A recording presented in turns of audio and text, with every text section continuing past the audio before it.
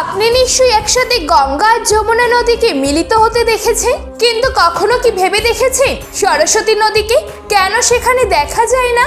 এর পেছনে আছে এক পৌরাণিক কাহিনী। আসলে যখন মহর্ষি বেদব্যাস সরস্বতী নদীর তীরে বসে ভগবান গণেশকে মহাভারতের কাহিনী শোনাচ্ছিলেন, তখন সরস্বতী নদী খুব জোরে বয়ে চলছিল।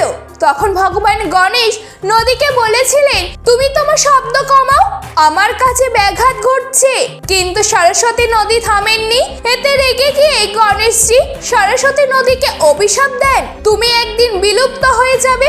সম্ভবত এই কারণেই সরস্বতী নদী আজ তার অস্তিত্ব হারিয়েছে। তবে উত্তরাখণ্ডে চামোলি জেলার মানা গ্রামে সরস্বতী দেবী একটি মন্দির রয়েছে।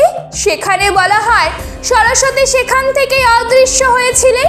এই স্থানটিকে বিনাশনা বলা হয়। এখানে স্পষ্ট দেখা যায় যে কিভাবে একটি নদী ভূমিতে প্রবেশ করেছে। অনেক বিজ্ঞানীও মনে করে এই নদী এখনো পাঞ্জাব, হরিয়ানা এবং রাজস্থানের মাটির নিচ থেকে বয়ে চলেছে। অর্থাৎ পৌরাণিক যুগে যে সরস্বতী নদী হাসি মুখে বয়ে চলত, তিনি আজ মাটির নিচে গোপনভাবে প্রবাহিত হচ্ছেন। আপনি কি আগে জানতেন সরস্বতী নদী কিভাবে হারিয়ে গিয়েছিল? কমেন্ট করে অবশ্যই জানান। এরকম আরো নতুন নতুন ভিডিও পেতে আমাদের চ্যানেলটিকে সাবস্ক্রাইব করতে ভুলবেন না।